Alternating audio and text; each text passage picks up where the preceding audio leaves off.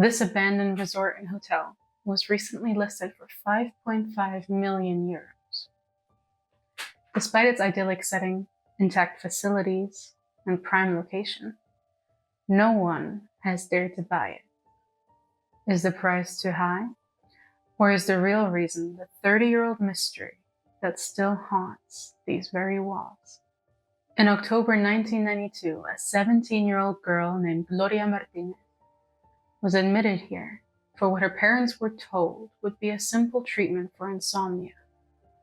Within 24 hours, she vanished without a trace, barefoot, half blind, and terrified. She was never seen again. I'm Lucky from Bad Luck, and this is the story of Gloria Martínez and the secrets buried at Torres de San Luis.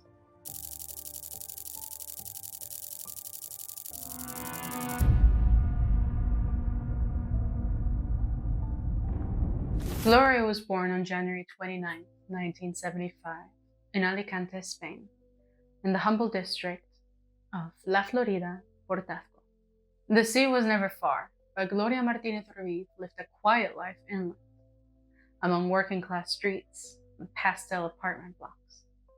Her parents, Álvaro and Isabel, adored her. They raised her and her younger sister in a home filled with kindness and order. But even then, something about Gloria stood apart.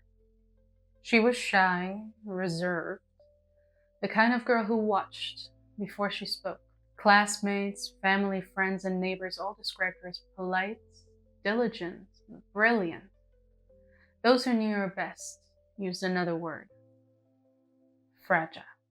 Enseguida que tenía algún problema de tipo, como puede tener cualquier estudiante, se le venía el mundo encima, ¿no? O sea, no había ninguna salida. Tenías que ayudarle, darle mucho cariño, compartir con ella los momentos que tenía difíciles y nunca dejarla sola. Era una chica súper especial, muy dulce y muy sensible.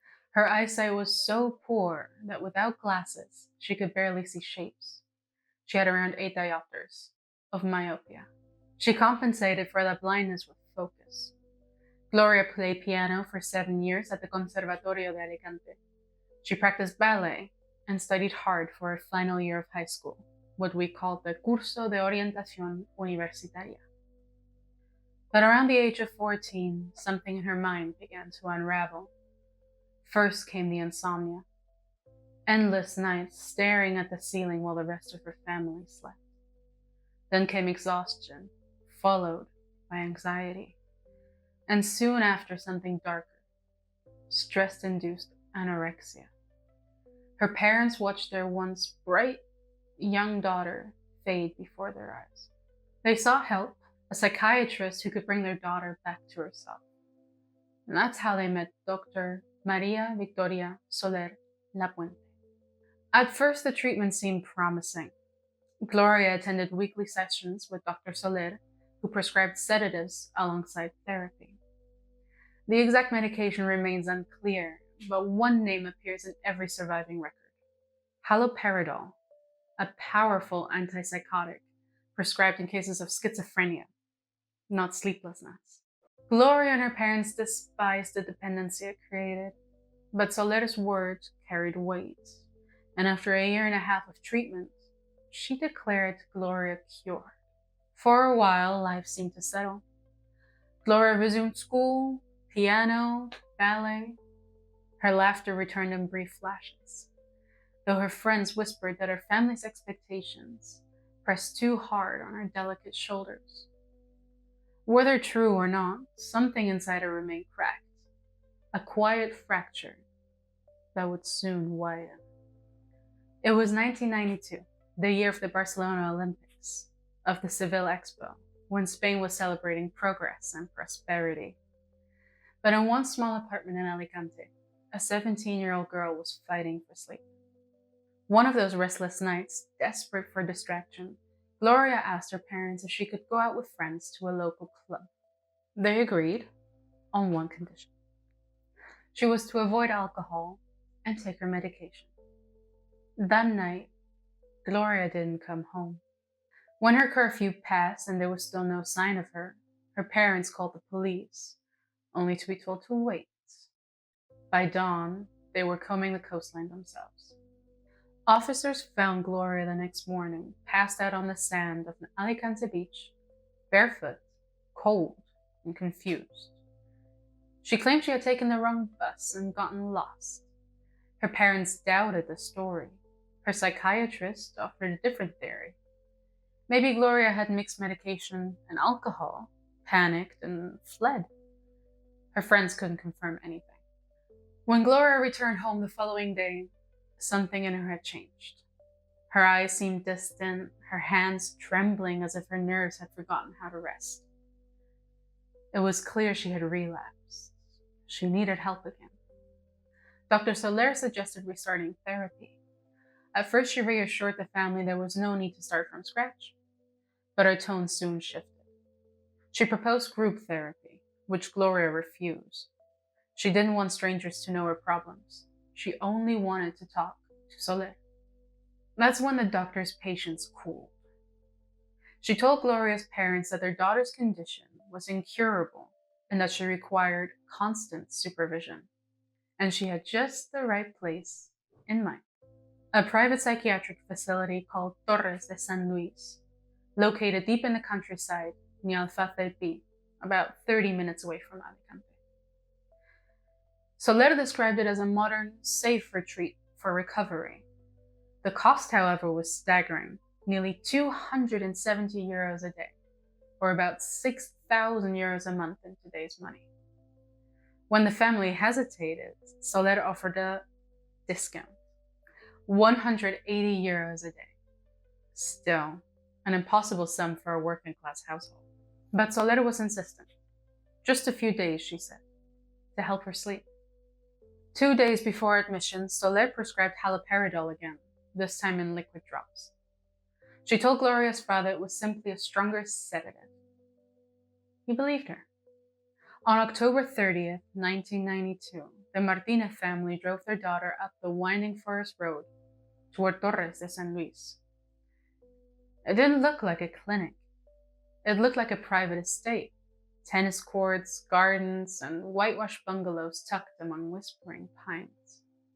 At 1 in the afternoon, Gloria checked in with her parents at reception.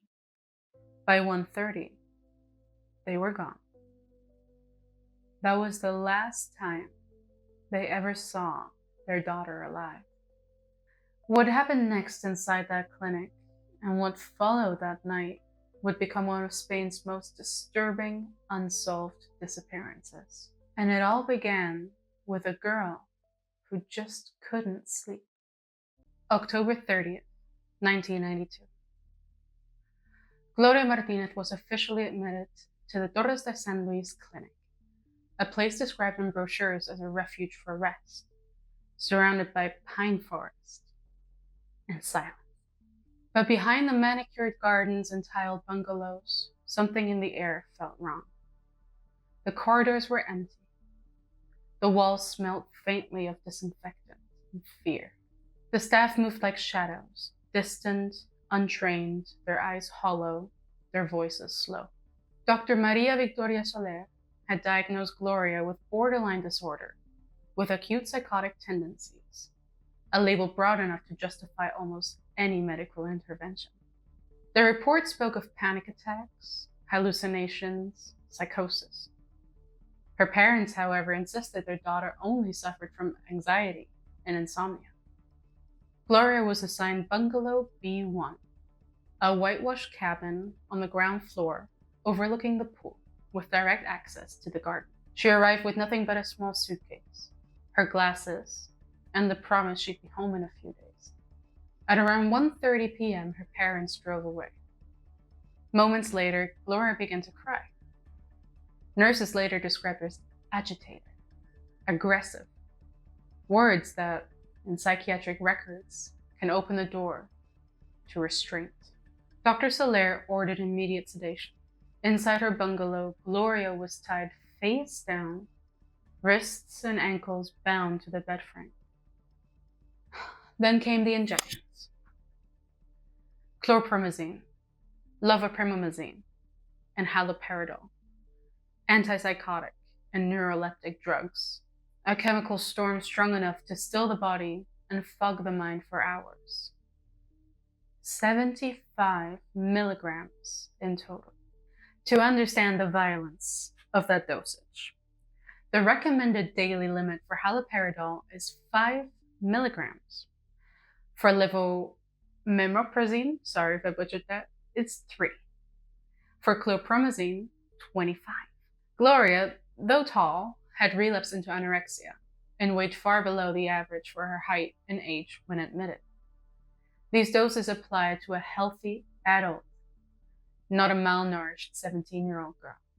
Aquí hay dos tipos de neurolépticos que son fármacos para el tratamiento de las psicosis, pero cuando se administran conjuntamente es lo que se llamaba un cóctel lítico. Es como, digamos, vamos a llamarle así, la bomba H, ¿no? Porque dejaba al paciente sedado, dormido y perfectamente ya manejable, ¿no? The mixture coursed through her bloodstream like liquid iron, enough to sedate her from roughly 1:30 in the afternoon until 8 o'clock that night. When she woke, the sun had disappeared behind the hills. The room was dark, her mouth dry, her muscles heavy as stone. A nurse helped her to her feet and into a wheelchair, leading her to the cafeteria, a sterile room buzzing with fluorescent lights. Behind the counter stood the cook, a Romanian woman who still remembers that night in detail. She and Gloria were the only souls in a space meant to hold a banquet of diners. The cook later told investigators that Gloria's hands shook so badly that she could barely hold a spoon. She refused food, asked only for paper and a pen. After coaxing her to drink a little fruit juice, the cook finally gave in to the request. And there, her writing slow and crooked from the drugs, Gloria scrawled a final note. Me da miedo pensar que estoy muriendo y la única luz está cerca de mí. Dios mío, I'm scared to think that I'm dying and the only light is near me. My God.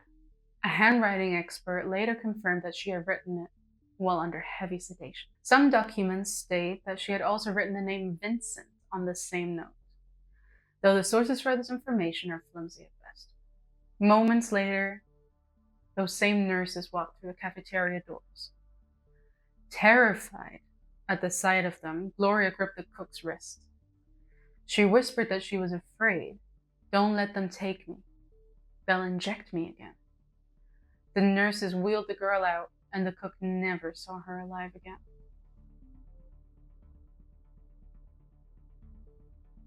Around 9:15 p.m., less than an hour after she'd regained consciousness, staff claimed she became agitated again. So they did what they always did. Tied her face down, injected her with the same drugs, then left her like that, unconscious, until about 1:30 a.m. What happened next has been reconstructed from contradictory testimonies. When Gloria awoke between 1:30 and 2 a.m., 2 staff members were in the room, a nurse and an assistant. She asked to be untied so she could use the bathroom. The nurses noticed that she had wet herself while unconscious and handed her clean clothes, a white t-shirt and blue tracksuit pants. When Gloria stepped out of the bathroom, another nurse entered, carrying a syringe. Gloria saw the glint of the needle and panicked. She fought back, hitting, pushing, clawing to get free. The assistant fell, and Gloria ran, barefoot, her glasses still on the nightstand, her vision blurred to near blindness, her body still heavy with sedatives, and yet somehow she climbed through the open window and vanished into the cold October dark. That night the moon was new, the sky lightless. Blind and trembling, Gloria would have seen only the vague shimmer of pine needles and the rough outline of the garden walls, 2 to 5 meters high, according to reports. No one followed. The nurses later claimed they thought she couldn't have gone far, so they never gave chase. A Bulgarian couple who lived on the estate, the gardener and his wife, who worked as a cleaner, reported hearing a scream around 3 a.m. Then another voice, a woman shouting, "Gloria, no." The gardener offered to help search for the escaped patient. The staff told him not to bother. 7 hours later, around 8 a.m., Dr. Soler finally phoned Gloria's parents. She told them their daughter had run away and urged them, almost pleaded with them, not to contact the police. Gloria's father was enraged. Why hadn't anyone bothered to call him as soon as Gloria disappeared? Why had no one contacted the police yet? By the time Alvaro and Isabel arrived, law enforcement beside them, the story had already started to bend. The first version omitted the sedations entirely. Then, under questioning, staff admitted they had restrained and injected Gloria twice. Her father refused to believe she could have scaled the walls barefoot, without glasses, in total darkness. The police agreed. The search began immediately. Officers combed through the gardens, drains, fences, the nearby road. Nothing. No footprints. No torn fabric, no broken branches. No trace Gloria had ever left. No sign anyone had ever scaled those high walls. And those walls are high indeed. I saw them for myself.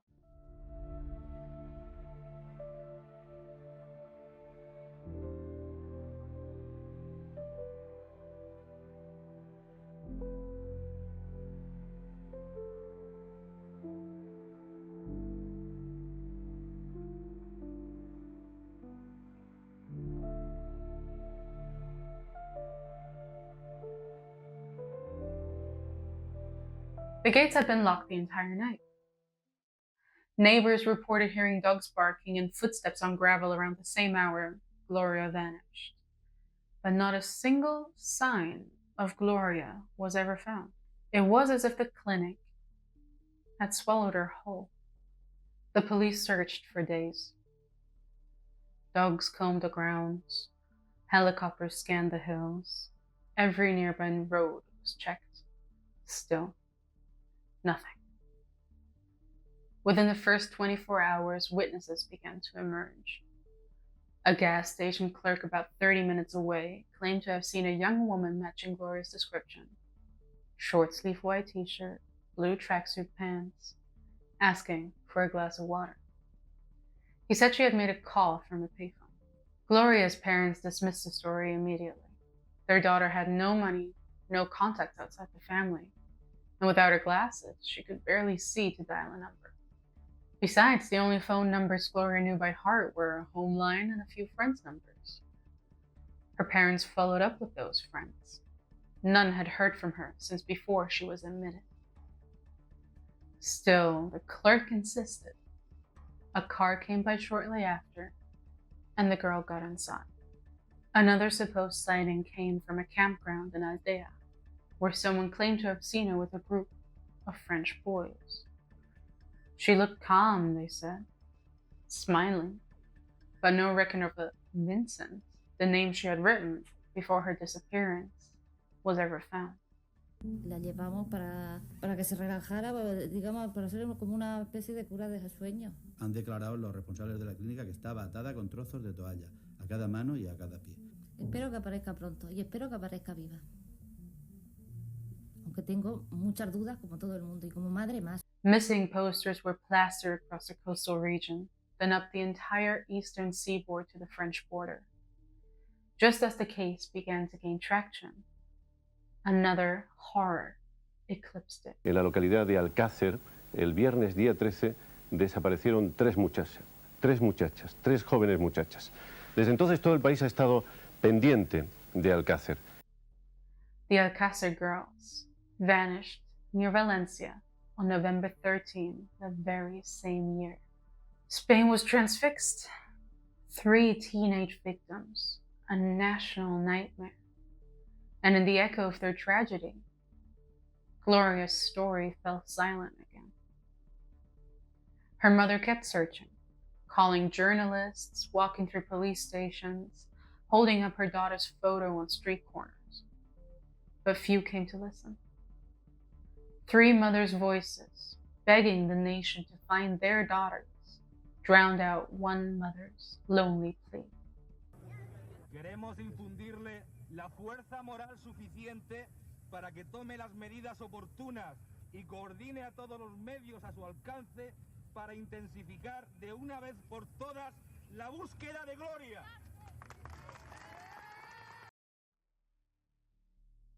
The years passed.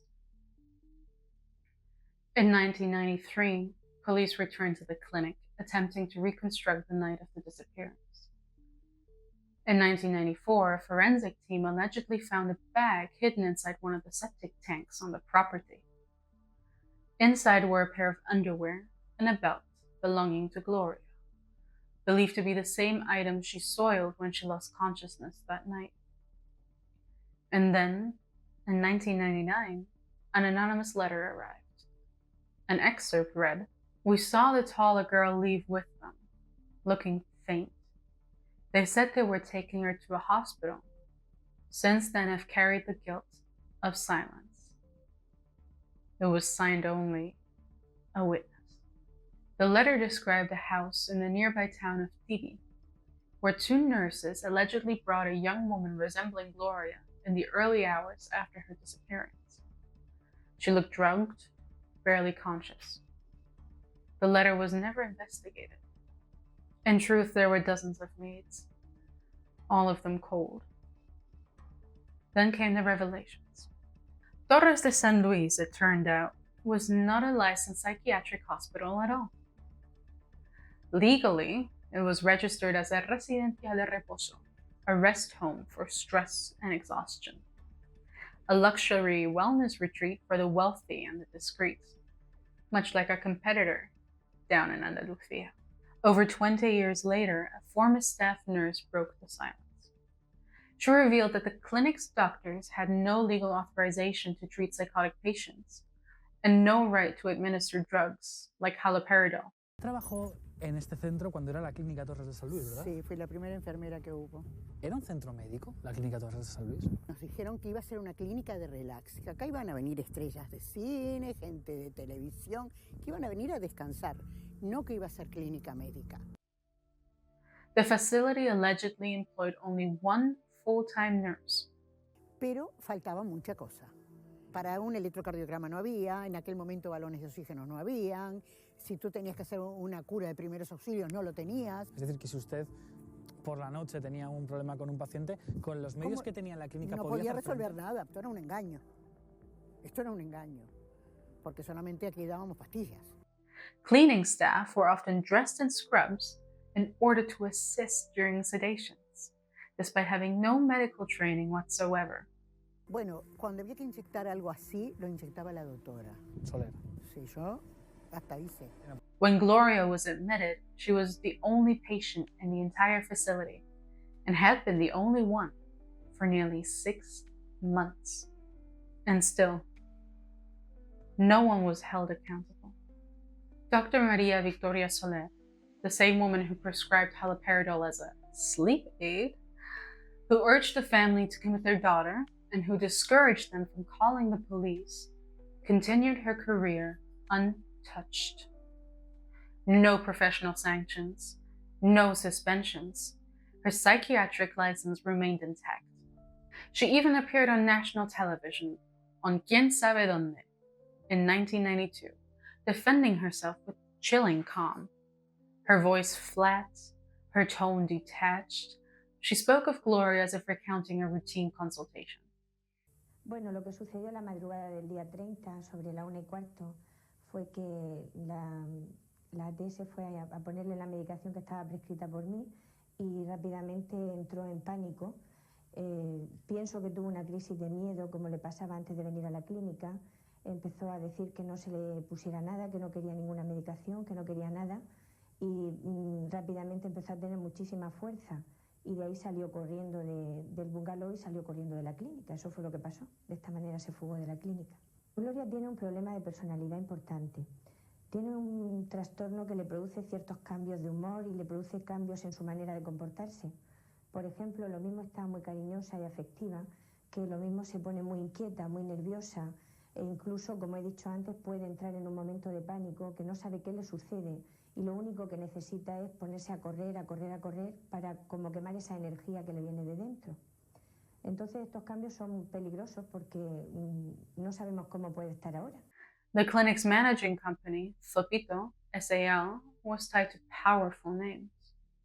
One of them, Alfonso Calvé, a former psychiatrist himself, was rumored to be a shareholder. Just 1 month after Gloria vanished, he was appointed the civil governor of Alicante, placing him, by sheer coincidence, in charge of the same police force investigating Gloria's disappearance, and the case of the missing Alcácer girls. If true, the conflict of interest was staggering. Yet nothing came of it. Over the years, Gloria's parents never stopped searching, but by 2000, the case was officially closed. No criminal charges were ever filed against the doctors or nurses of Torres de San Luis. And since I believe deeply in the right to speak freely, and since this information is publicly available, I will not hesitate to name the other men responsible for the decisions made at Torres de San Luis. Medical Director Jesús Namías de Torres and Assistant Director Luis Javier Rivas López continue practicing medicine to this very day.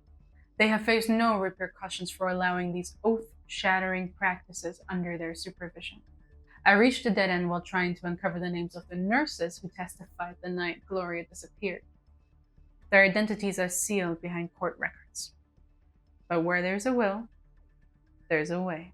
Only a civil acknowledgement was ever granted that the disappearance had caused a tragedy equivalent to death, but with greater suffering due to prolonged uncertainty. The court ordered the clinic and Dr. Soler to pay damages. First, 60,000 euros, later raised to 104,000 euros. But tell me, how do you assign a monetary value to a life stolen? To a daughter, a friend, a human being who deserved the future? The question the public still asks is the same one echoing through your mind right now. What truly happened to Gloria Martínez on the morning of October 31st, 1992? When the case went cold, theories filled the void. Some were built on evidence, others were born of silence. The most persistent was human trafficking, citing the secrecy surrounding the clinic, the lack of oversight, and the ease with which a young, sedated girl could vanish unnoticed. Yet no proof of such a network has ever been found. Then came whispers of organ trafficking, the clinic's unlicensed use of strong antipsychotics, the absence of records, the deliberate isolation. All of it fed the belief that something darker was taking place behind those closed doors. And then, from the fringe, came the most disturbing theory of all: a snuff film. The idea that Gloria's final hours had been recorded and sold.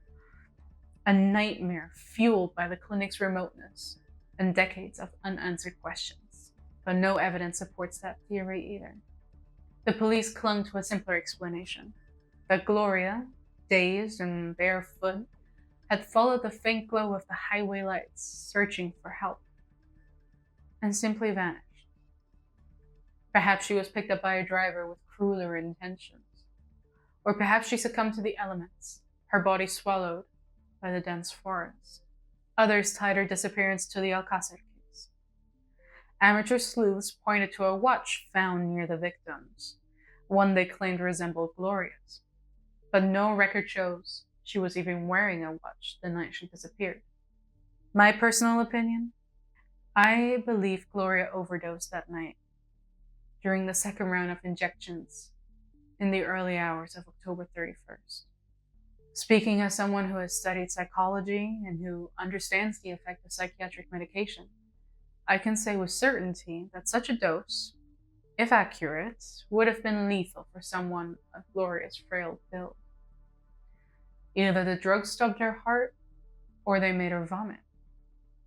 And tied face down to her bed, she could have choked, suffocating silently in bungalow B1. So where did she go after death? Anywhere, really. The staff had hours, time enough to remove her body, to bury her, or to burn her. Some theories suggest she was cremated on the estate's fire pit, but no trace of human remains were ever found. No neighbors reported smoke, or flame, or the smell of burning flesh. I discard that. I also discard the idea that she remains on the property. Those doctors were far too intelligent to leave behind evidence so easily discovered. Every theory circles the same hollow center. Every answer collapses under the weight of what's missing. And somewhere between fact and fiction, the truth of what happened to Gloria Martínez Ruiz was buried, just like the clinic that tried to erase her. Not long after her disappearance, Torres de San Luis was converted into a nursing home, then shut down for good. The property fell into debt, accruing over €500,000. The debt, as records show, had been accumulating even before Gloria vanished, likely the reason she had been the only patient there the entire time.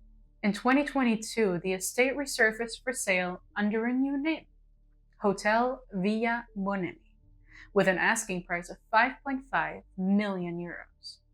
Its owner at the time was a Spanish television producer, José Luis Moreno, best known for comedies like Aquí no hay quien viva. Ironically, one episode of that very show was filmed there in 2005, 13 years after Gloria disappeared. ¡Mira qué bonito!